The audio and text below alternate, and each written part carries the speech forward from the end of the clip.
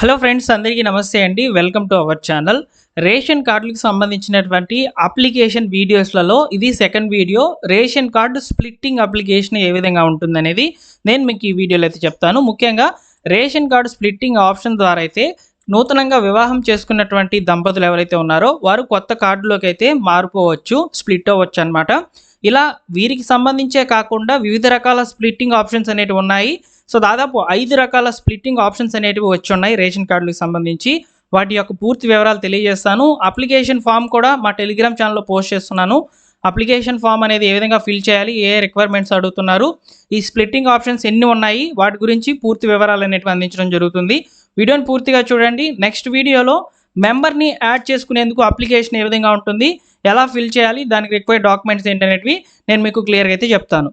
ఇకపోతే ఇక్కడ ముందుగా అయితే రేషన్ కార్డుకి సంబంధించిన విభజన కొరకు అంటే స్ప్లిట్టింగ్ ఆప్షన్ కొరకు ఉన్నటువంటి అప్లికేషన్ ఫామ్ అనేది ఇక్కడ మీరు స్క్రీన్ మీద అయితే చూస్తున్నారు.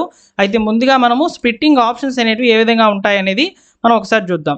ఇక్కడ స్ప్లిట్టింగ్ రైస్ కార్డ్ అప్లికేషన్ అనేది ఇక్కడ మనము చూస్తున్నది వచ్చేసి ఈ యొక్క ఏపీ సేవా పోర్టల్లో డిజిటల్ అసిస్టెంట్ యొక్క లాగిన్లో ఏ విధంగా ఉంటాయనేది ఇక్కడ మీకు చూపిస్తున్నానండి. సో అయితే ఇక్కడ చూసుకున్నట్లయితే రైస్ కార్డ్ ఫ్యామిలీ డీటెయిల్స్లో ఫస్ట్ వచ్చేసి స్ప్లిట్టింగ్ టైప్స్ చూసుకున్నట్లయితే normal split, video split, divorce split, single member split, marriage split. ఇక్కడ ఎక్కువ మంది మ్యారేజ్ స్ప్లిట్ అనేది ఉపయోగించుకుంటారు. సో 1 by 1గా నేను మీకు ఇప్పుడు చెప్తూ వెళ్తాను, వినండి. సో నార్మల్ స్ప్లిట్ అనేది మామూలుగా ఉన్నటువంటి రేషన్ కార్డులో ఉన్నటువంటి వ్యక్తి సపరేట్గా రేషన్ కార్డులోకి వెళ్ళిపోవడం, దీన్ని అంటే సపరేట్గా వేరే రేషన్ కార్డులోకి వెళ్ళిపోయేందుకు నార్మల్ స్ప్లిట్ అనేది సెలెక్ట్ చేసుకుంటారనమాట. సో నెక్స్ట్ వచ్చేసి వీడియో స్ప్లిట్ అనేది అంటే ఎవరైనా భర్త మరణించినటువంటి స్త్రీ అత్తగారి రేషన్ కార్డులో కనుక ఉండినట్లయితే ఆమె స్ప్లిట్ అవ్వచ్చు అనమాట. అంటే ఆమె తిరిగి వాళ్ళ యొక్క తల్లిదండ్రుల యొక్క కార్డులోకి వెళ్ళిపోవచ్చు. దీన్ని వీడియో స్ప్లిట్ అని అంటారు. ఒకవేళ ఇక్కడ పిల్లలు కనుక ఉండినట్లయితే పిల్లల్ని కూడా తీసుకొని వీళ్ళు స్ప్లిట్ అవ్వచ్చు అనమాట.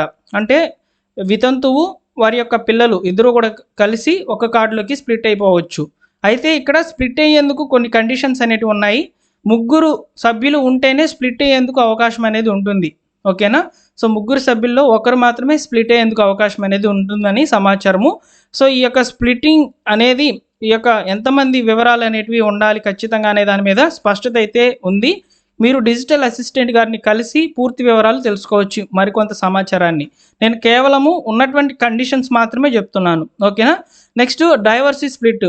సో ఎవరైనా విడాకులు తీసుకునేస్తున్నారు, సో వాళ్ళు పాత రేషన్ కార్డులోనే ఉండిపోయి ఉన్నారు, అంటే భర్త యొక్క రేషన్ కార్డులోనే ఉన్నారనుకోండి. సో ఆ భార్య విత్ చిల్డ్రన్స్తో సహా ఇద్దరు కూడా స్ప్లిట్ అయిపోవచ్చు అనమాట. ఆ పాత రేషన్ కార్డు అంటే భర్త రేషన్ కార్డులో ఉన్నటువంటి వాళ్ళు. సో దీన్ని వచ్చేసి డైవర్సీ స్ప్లిట్ అంటారు. దీనికి డైవర్స్ సర్టిఫికేట్ అనేది కంపల్సరీగా పెట్టాలన్నమాట. ఇలా రిక్వైర్డ్ డాక్యుమెంట్స్ అనేవి ఉంటాయి. వీడియో స్ప్లిట్కి వచ్చేసి భర్త మరణించినటువంటి డెత్ సర్టిఫికేట్ అనేది పెట్టాలి.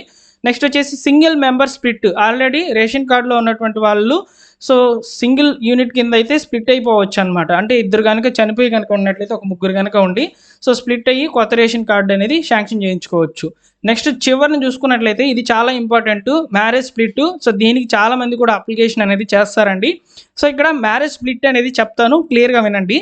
సో మ్యారేజ్ స్ప్లిట్ అనేది చేయించుకోవాలనుకుంటే ఇప్పుడు ఎగ్జాంపుల్కి ఒక కుటుంబంలో ఏబిసి, సి అనేవాళ్ళు భర్త, ఏ అనేవాళ్ళు తండ్రి, బి అనేవాళ్ళు తల్లి అనుకున్నాం అనుకోండి. ఇక్కడ సి అనే కొడుకు ఎవరైతే ఉన్నారో ఆయన వివాహం చేసుకున్నారు. సో డి అనే కోడల్ని వీళ్ళ యొక్క కార్డులోకి తీసుకోవాలి అనుకుంటున్నారు అనుకోండి. సో ఇక్కడ వచ్చేసి ఇక్కడ సి అనే భర్త అంటే కొడుకు ఖచ్చితంగా స్ప్లిట్ అనే ఆప్షన్ని సెలెక్ట్ చేసుకొని మ్యారేజ్ స్ప్లిట్ అనే ఆప్షన్ని సెలెక్ట్ చేసుకొని ముందుగా ఈ పాత రేషన్ కార్డులోకి అమ్మాయిని అంటే ఎవరైతే కోడలనైతే భార్యనైతే ఉంటుందో ఆమెని ఈ యొక్క పాత కార్డులోకి చేర్చుకోవాలి. అంటే యాడింగ్ చేసుకొని తర్వాత వీరిద్దరూ స్ప్లిట్ అవ్వాలన్నమాట. ఈ ప్రాసెస్ అనేది జరుగుతుంది మ్యారేజ్ స్ప్లిట్ అప్పుడు. ఇక్కడ ఫస్ట్ వచ్చేసి ఆధార్ నెంబర్ మేల్ది అయితే అడుగుతారు, అలానే ఫీమేల్ ఆధార్ నెంబర్ అనేది అడుగుతారు. అంటే కొడుకు కోడలు ఇద్దరే ఆధార్ నెంబర్లు ఇచ్చేసి మ్యారేజ్ సర్టిఫికేట్ పీడిఎఫ్ కనుక పెట్టినట్లయితే మీరు స్ప్లిట్ అయ్యేందుకు అవకాశం అయితే ఉంటుందని ఇక్కడ చూడండి. ఇక్కడ 3 బ్లాంక్స్ అనేవి చూస్తున్నారు కదా రెడ్ కలర్లో, ఇవి అవేనమాట. సో ఈ విధంగా స్ప్లిట్ అయ్యేందుకు అవకాశం అనేది ఉంది. అయితే ఇక్కడ కంపల్సరీగా మ్యారేజ్ సర్టిఫికేటే పెట్టాలంటే మ్యారేజ్ సర్టిఫికేట్ పెట్టకపోయినా మీ యొక్క పెళ్లి పత్రిక ఉంటుంది కదా, సో దాన్ని కూడా పెట్టొచ్చు. సో ఈ విధంగా కూడా మీరు స్ప్లిట్ అయ్యేందుకు అవకాశం అయితే ఉంటుంది మ్యారేజ్ స్ప్లిట్ ద్వారా. సో అయితే ఇక్కడ పాత రేషన్ కార్డులలో తల్లి తండ్రి ఉంటారు, కొత్త రేషన్ కార్డు కింద కొడుకు కోడలు అయితే వచ్చేస్తారు. ఈ విధంగా స్ప్లిట్ అవుతుంది ఒక రేషన్ కార్డు అనేది. వీళ్ళకి కొత్త నెంబర్ అనేది అలాట్ కావడం జరుగుతుంది. అయితే ఇక్కడ కేవైసీ అనేది కంపల్సరీగా చేయాల్సి అయితే ఉంటుంది. స్ప్లిట్టింగ్ అయ్యేటప్పుడు కేవైసీ చేస్తేనే, అంటే ఇక్కడ బయోమెట్రిక్ అనేది వేసేయడం ద్వారా అమ్మాయి అక్కడ తల్లిదండ్రుల యొక్క ఖాతా ఈ యొక్క రేషన్ కార్డులలో తొలగించిపోయే అవకాశం అయితే ఉంటుందన్నమాట. అంటే అక్కడ నుంచి డైరెక్ట్గా ఈ కేవైసీ ఇక్కడైతే అప్డేట్ అయిపోతుంది, ఈ కార్డులోకి అయితే చేరిపోతారనమాట ఈజీగా. సో కాబట్టి ఈ విధంగా మీరు స్ప్లిట్ అవ్వచ్చు. మిగతా ఈ వేటికి సంబంధించి చూసుకున్నా కానీ 3 సభ్యులు ఉంటేనే స్ప్లిట్ అయ్యేందుకు అవకాశం అయితే ఉందని క్లియర్గా అయితే తెలుస్తుంది. ఒకసారి చూస్తున్నట్టు కదా, ఖచ్చితంగా 3 వ్యక్తులు ఉన్నారు. సో స్ప్లిట్ అయ్యేందుకు ఒక్కరికి మాత్రమే అవకాశం అనేది ఉంటుందన్నమాట. సో ఈ విధంగా స్ప్లిట్టింగ్ ఆప్షన్స్ అనేవి ఉన్నాయి. అయితే మీరు అప్లికేషన్ ఫామ్ అనేది ఏ విధంగా ఉంటుంది అనేది చూడాలి కదా. సో అప్లికేషన్ ఫామ్ అయితే ఇదేనండి. ఇక్కడ మీరు ఒక్కసారి క్లియర్గా గమనించినట్లయితే ఈ యొక్క రేషన్ కార్డు విభజన కొరకు దరఖాస్తు ఫామ్ అనేది ఈ విధంగా ఉంది. ఇందులో వివరాలు ఏ విధంగా నమోదు చేయాలనేది ఇక్కడ నుంచి క్లియర్గా వినండి, ఓకేనా. సో ప్రస్తుత రైస్ కార్డ్ నెంబరు, అంటే పాత రేషన్ కార్డు ఉంటుంది కదా, ఆ రేషన్ కార్డు నెంబరు, దరఖాస్తుదారుని ఆధార్ నెంబరు, దరఖాస్తుదారుని పేరు. అంటే దరఖాస్తుదారు ఇక్కడ ఎవరంటే కొడుకు. అంటే ఇక్కడ నేను మ్యారేజ్ స్ప్లిట్కి సంబంధించి చెప్తున్నాను.